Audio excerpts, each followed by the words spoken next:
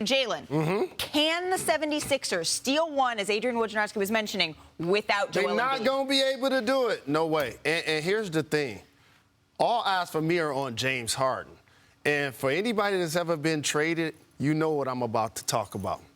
The more you move, the less you're the marquee. See, in Houston, he was MVP, All-NBA, face of the franchise. When you go to the Nets, you're the third best player. And then when you go back to Philly, you get elevated to the second best player on paper. But now you got to perform like that. I just saw my namesake, Jalen Brunson, average 28 points for the Dallas Mavs that they eliminated the Utah Jazz.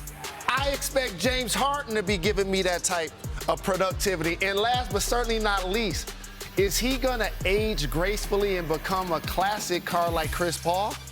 Or is he going to be like a car that continues to put on miles and before you know it starts to break down? This is a series that's going to determine whether he is legitimately a max guy where you just give him the money and don't think about it, versus you're really going to think about it if he struggles. But that's already a part of the deal. You got to give it to him when he was traded. Not with the owner. What chance do you give the 76ers against the Heat, Stephen A? Zero.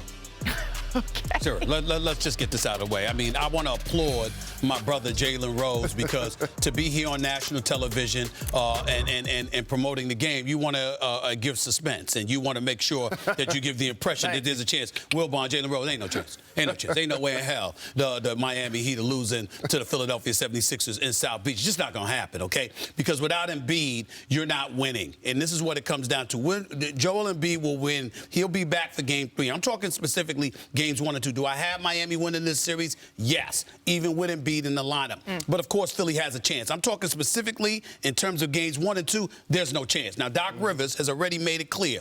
He's going to spread the ball more. It's going to be more of a James Harden-oriented offense because you don't have Embiid. So you're going to spread the floor. You're going to have that spacing executed because you want to give him an opportunity to dance and really show what he's made of.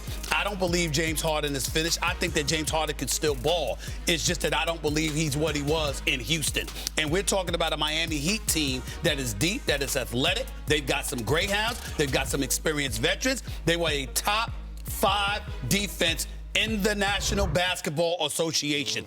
I don't believe that James Harden alone is going to be able to get done. He's got some help, but it ain't going to be enough. Not for Games 1 and 2. Well, I no imagine chance. a lot of that help will have to come from Tyrese Maxey, Michael Wilbon. Yes, yes. And these guys know I've been on the Maxey train, driving it, been the conductor of the Maxey train since December. But, Malika, in the best of times, in James Harden's MVP times, where he was a dominant regular season player, he had troubles in the playoffs. We all know that. They're well chronicled. Now we see a James Harden, which I think it's fair to say, is at least reduced. And so now he's going to go on the road without Joel Embiid and be that guy. If he does, he really will be saying, hey, I'm not done. Give me that max. Get out of my way and shut up. But we've got to see that because when he has been unable to do it in the best of times and now you're asking him, this is an enormous challenge without Joel Embiid in those first 2 games, even with Kyle Lowry out for Game 1. It still is. If James Harden can do this, he will change his own narrative, at least temporarily. Correct. He would, but it won't happen.